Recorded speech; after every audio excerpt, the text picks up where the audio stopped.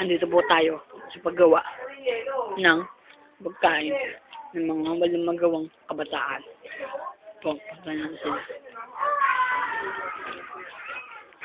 Binibidyo mo ba kami? Hindi. Parang sa'yo, binibidyo mo kami. Binibidyo mo kami, oh. Yan ang procedure. Ikaw, okay. Ama ka rin. Ayun. O, si Mano. Hindi po natin kumalinis sa mga kinakain nila. Juice. Sinishake eh. Yun. Oo, piya, mani popcorn.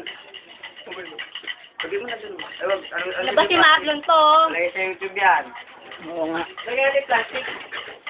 Awen? Di ba natagal yung lamig nito? Picture mo na si Marlon. When?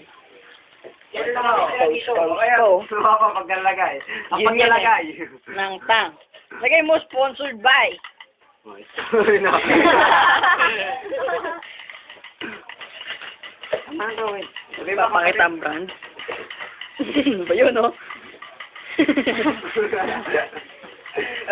Ano siya mga Kasi kumalinis Matayin na. Ginagamit. Opo, Dali, dali nyo. Kaya ako kasi mo dito ako. Dali, dali. Ha? Wait, rin, lagay mo. Hoy, dali tang. Nakain na. Yun, no? Ano ba? Nakakulang. Nagkakatuwa ng mga kabataan. Awen, no? Lagyan natin. You know, may aso pa, oh. Ano? Anong walang dating? Kanya ba kalinis ang ano nyo? Produksyon? Uy, tango natin. Investigator kayo, investigator. Kulang pa, Mac? Oh, paglalagay ulinitan. Tatagay ng Kulang pa? Kulang pa. Di, lupit yan. Kulang pa. Tapos na anta. Brought Hoy, you by. huwag niyo po siya itang tratado. Matatang na kayo.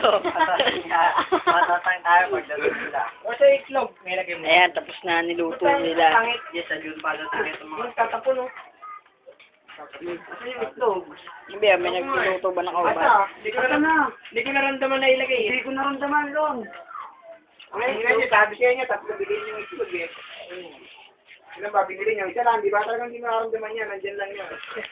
Nandyan ang espiritu ng itlog. Animasan, dito to eh. Sabi may itlog dyan.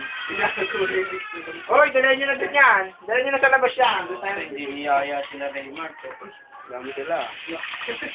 May kalidad.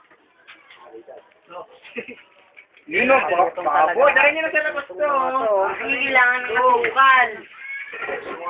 Wala na kasukal yan. Asa na yung itlog ng juice? Yung itlog ang hinahanap ko. Ano salita dyan?